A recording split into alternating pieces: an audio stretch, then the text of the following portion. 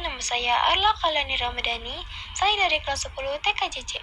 Di sini saya akan mempresentasikan hasil tugas yang saya kerjakan sebelumnya. Tugas ini berjudul pengertian hardware dan software. Pertama, saya akan menjelaskan terlebih dahulu pengertian hardware dan software. Hardware atau perangkat keras adalah sebuah komponen pada sebuah komputer yang dapat dilihat atau berbentuk fisik. Dan software adalah sebuah perangkat lunak yang berupa data-data yang terdapat di dalam sebuah komputer.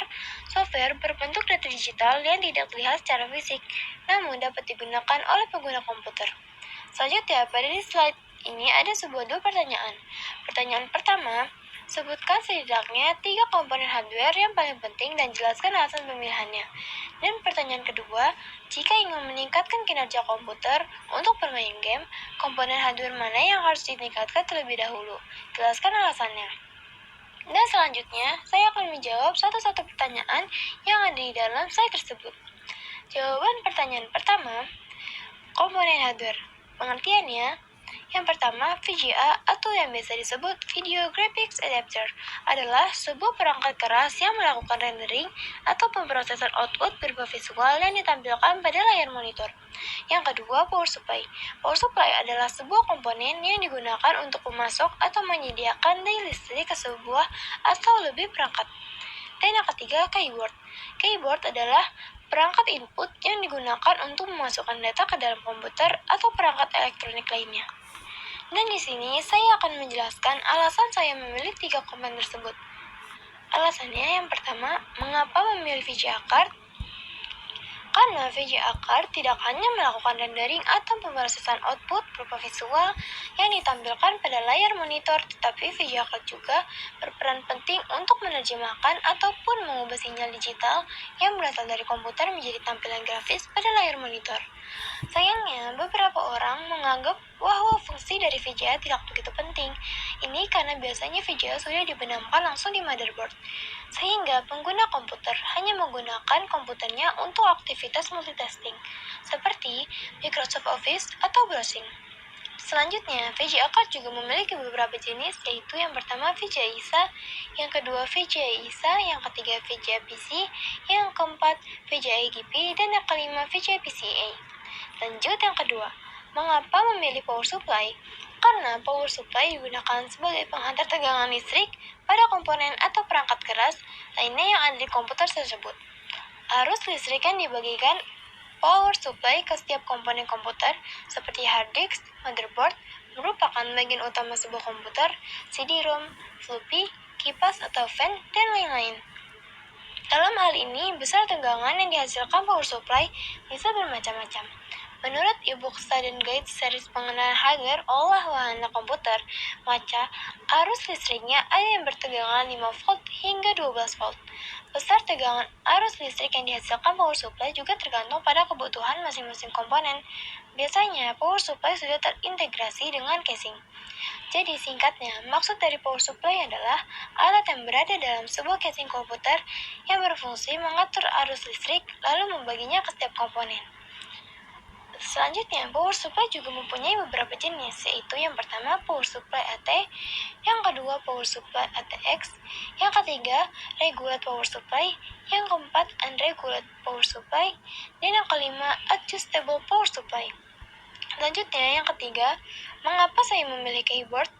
Karena keyboard juga tidak hanya digunakan untuk memasukkan data ke dalam komputer atau perangkat elektronik lainnya saja, tetapi keyboard juga mengetik teks seperti dokumen, email, atau pesan instan, menjalankan perintah cepat atau yang bisa disebut shortcut, mengontrol fungsi sistem, mengakses menu aplikasi, dan navigasi dalam dokumen atau sistem. Keyboard juga mempunyai ciri-ciri tersendiri, yaitu terdiri dari susunan tombol yang mewakili huruf, angka, dan simbol. Tombol-tombol dirancang untuk mendukung berbagai fungsi komputasi dan memiliki tombol khusus untuk fungsi tertentu seperti navigasi, kontrol, dan pengaturan komputer. Dan di sini juga terdapat gambar-gambar komponennya. Dan lanjut ke jawaban pertanyaan kedua. Komponen hardware untuk bermain game. Pengertiannya, yang pertama, RAM, atau yang bisa disebut Random Access Memory, adalah tempat penyimpanan data yang diperlukan prosesor komputer untuk menjalankan aplikasi dan membuka file.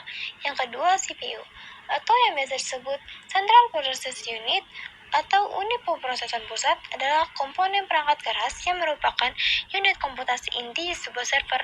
Dan yang ketiga, motherboard. Motherboard adalah papan sirkuit dengan sejumlah soket dan slot yang digunakan untuk menghubungkan berbagai perangkat keras atau yang biasa disebut hardware pembangun komputer. Dan di sini juga saya akan menjelaskan alasan saya memilih 3 komponen penting tersebut. Yang pertama, mengapa saya memilih RAM? Alasan saya memilih RAM karena RAM tidak hanya berfungsi sebagai tempat penyimpanan data yang diperlukan prosesor komputer saja, tetapi RAM juga berfungsi agar game berjalan tanpa hambatan dengan frame rate yang stabil dan tanpa stuttering. RAM juga penting untuk kinerja sistem karena memungkinkan komputer untuk menjalankan berbagai tugas secara simultan dengan cepat. RAM juga mempunyai beberapa jenis, yaitu DRAM, SRAM, SDRAM, DDR-SDRAM, SSC-RAM, RDRAM, dan GDDR-SDRAM. Dan di sini juga saya ingin menjelaskan perbedaan RAM dan ROM. Jika RAM, jenis memori yang dapat menyimpan data yang dapat diakses secara acak tanpa memodalkan letaknya. Sedangkan ROM, komponen yang dapat menyimpan dan membaca data yang bersifat permanen. ROM dapat menyimpan data lebih lama karena data tidak akan hilang ketika ROM tidak dialiri listrik. Dan selanjutnya, yang kedua, mengapa memilih CPU? Karena CPU yang berfungsi sebagai otak komputer bertanggung jawab untuk mengeksekusi instruksi dan mengolah data. CPU juga memiliki fungsi utama, yaitu yang pertama, mengeksekusi instruksi. CPU membaca dan menjalankan instruksi yang diberikan oleh pokok program. Yang kedua, mengolah data. CPU melakukan berbagai operasi aritmatika, logika, dan operasi data lainnya. Dan yang ketiga, mengontrol komponen lain. CPU mengontrol dan mengkoordinasikan aktivitas dari komponen-komponen lain dalam sistem komputer. CPU juga adalah komponen penting dalam sebuah komputer karena semua operasi dan perhitungan dilakukan oleh CPU. CPU juga mempunyai bagian-bagiannya, yaitu unit control, mengendalikan dan mengkoordinasikan aktivitas CPU, unit arithmetic logic atau yang disebut ALU, melakukan operasi aritmatika dan logika, dan yang ketiga, register, memori kecil dan cepat di dalam CPU untuk menyimpan data di instruksi yang sedang digunakan. Dan di sini juga saya ingin menjelaskan perbedaan CPU dan GPU. Yang pertama, CPU, atau yang biasa disebut Central Processing Unit, fokus pada pemrosesan data dan instruksi secara umum. Dan yang kedua, GPU, atau yang biasa disebut Graphics Processing Unit, fokus pada pemrosesan grafis dan visual. Dan yang terakhir adalah motherboard. Alasan saya mengapa memilih motherboard, karena selain untuk menghubungkan papan sirkuit utama ke komponen perangkat keras komputer, motherboard juga berfungsi untuk yang pertama menyambungkan komponen perangkat keras seperti CPU, RAM, hard drive, dan kartu video. Yang kedua, mengatur lalu lintas data dalam sistem komputer. Yang ketiga, menyediakan sambungan listrik yang digunakan komponen lain dari sistem untuk berkomunikasi. Dan yang keempat, menampung subsistem dan perangkat lain. Motherboard juga mempunyai karakteristik sendiri, yaitu yang pertama memiliki beragam slot dan konektor, yang kedua tersedia dalam berbagai jenis dan ukuran yang berbeda, yang ketiga setiap jenis motherboard dirancang untuk bekerja dengan jenis prosesor dan memori tertentu, dan yang keempat beberapa motherboard mendukung fitur overclocking. Dan pentingnya motherboard adalah untuk memastikan kompatibilitas dan kinerja optimal dari seluruh sistem komputer.